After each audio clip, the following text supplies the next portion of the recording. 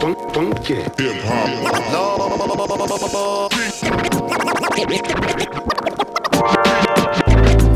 Hey everybody, welcome back Behind the Bar with me this evening. Behind the Bar on the street to do a review. We're checking out something new tonight. This beer comes courtesy of my man Geoff. Thank you very much, sir. You are a scholar and a gentleman. And I hope you're doing well, my friends. But checking out a brewery that just opened like in the last couple weeks. He sent this to me, I think, a week and a half, 2 weeks ago, and they had just opened. Like, we're just having their grand opening. So this is Foam Brewers from Burlington, Vermont.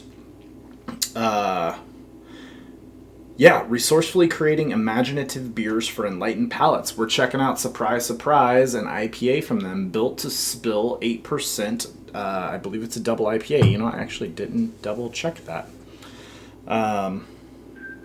Let's check it out real quick. This is embarrassing.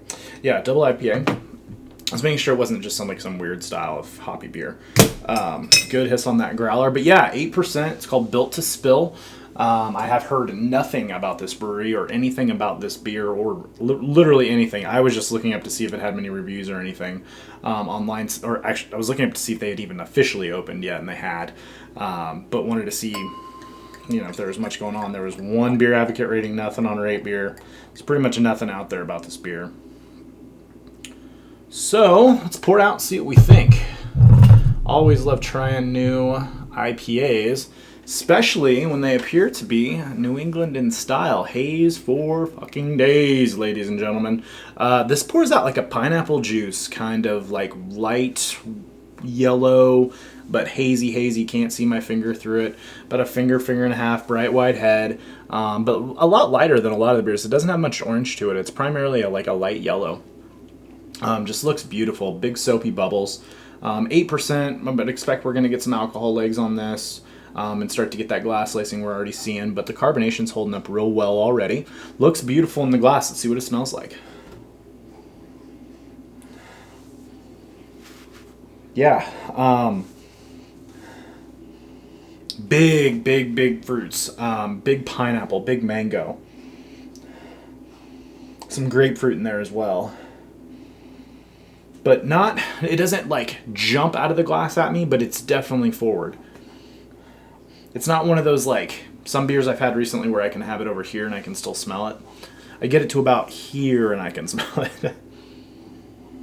But beautiful nose, just bright pineapple, juicy, overripe mango. No real alcohol sweetness or anything like that to speak of. I'm getting a little bit of bready malt, but nothing major. A little bit of that Iron Kids action.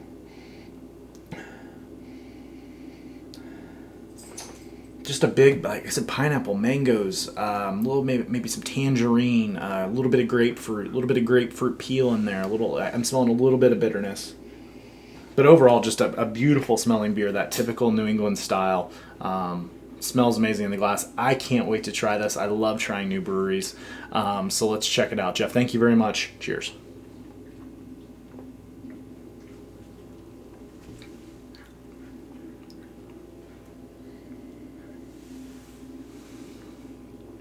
Wow. This is really freaking good.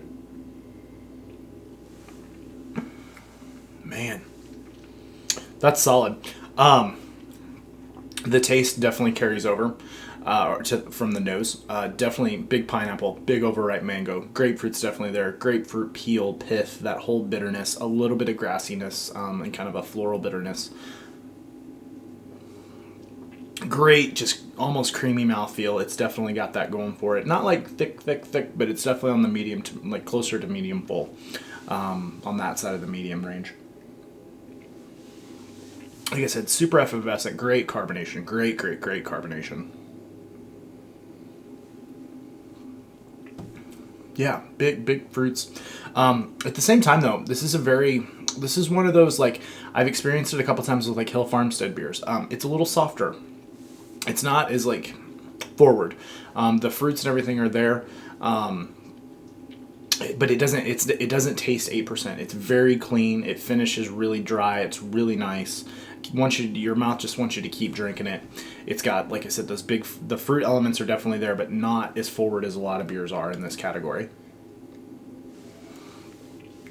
One thing I will say that I do notice in this beer, there is a little bit more malt presence than I'm used to in some of these. I don't know when this was brewed though, so it could have just fallen off a little bit. It could be that a little bit, but I think it's still pretty fresh. I'm pretty sure we're under a month on this growler, so it should be money. With that said, it's not like a malty beer. I just get that dusty, kind of grainy, like malt presence, like a Pilsner or a Golden Promise or Belgian 2-row or something like that, a Belgian Pale Ale 2-row malt. It's definitely like a lighter malt, no crystal or anything like that, which obviously from the color you can tell they don't mess around with. But yeah, no, it's killer drinking. I mean, this drink's awesome. Finish is really great mouthfeel. I'm just trying to think. Like I said, I do, and it finishes with a little bit of bitterness and a little bit of dankness. That's really nice. It's not overpowering. This is a super, super, super balanced. For 8%, I swear to you, this drink's like it's 5.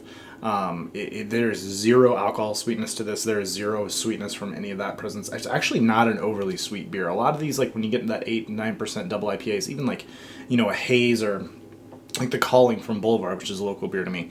When you get into that range and you're having to add a little bit of something to build up your alcohol. Some people use honey, some people use sugar, some people, just use a ton of grain. You're getting that range where you almost have to add something in order to get the alcohol up in a beer, which is great, but a lot of times in those, then you'll get that alcohol, like residual sweetness from it, and I don't get that at all with this beer. Super smooth, super great. I mean, this is killer. If these guys were close to me, I would drink this all the time. I mean, I'm crushing this beer. It is so easy drinking, guys. I'm not even joking. This is like one of the easiest, if not the easiest drinking 8% beers I've ever had. Yeah, I mean, there's a little sweetness up front, but but not like some of these doubles where you'll get something that's really sweet. It's not quite to that level. Man, that's good. This is killer, guys. Geoff, thanks, man, for sending this my way. For a brand new brewery that's just opening up, we did another one recently.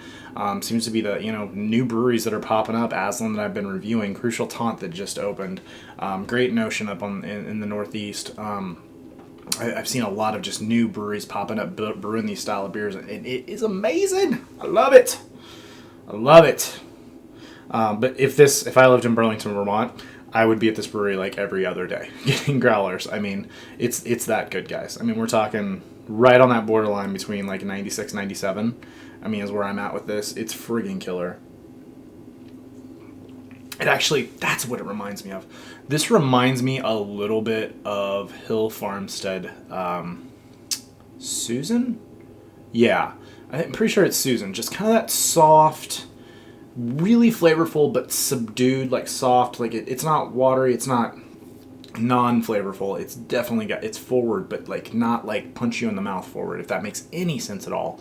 It's just really super easy drinking, soft. Just I could crush this. I mean, I'm drinking this like it's a 4% like blonde ale or something. It's so good. I don't know what hops are in this, guys. I have no idea. I'm not even gonna really venture a guess. It's not one of the hops that I typically dial into. But it's definitely gonna be, somewhere in the love of like your Citras. Not Mosaic, I wouldn't think. Maybe some Galaxy or one of those new New Zealand style hops, that area. But even maybe some Amarillo or something. I don't know. Regardless, it is friggin' delicious. I'll leave it there, guys. I'm going to finish a little bit more of this, and we'll peg it around a 96, 97. It's really going to be a borderline between an AA plus beer. It's killer. If you are in Burlington, Virginia, or on the East Coast, check these mofos out. Built to Spill from Foam Brewers. I like their simple bottle, like the art on this. Like, I love their little logo. I'm going to have to get me a glass with that on it, or like a t-shirt or something. It looks awesome. So, yeah, check them out, guys. Hopefully they see the review as well. I'll make sure I'll tweet it to them like I do every brewery, so they know that people are trying their beers in Kansas City, Well, I'm on the Kansas side, so in Kansas. So yeah, thanks Geoff again. Thanks for coming behind the bar with me, guys. Thanks for the likes, subscribes, and comments. Until next time, cheers.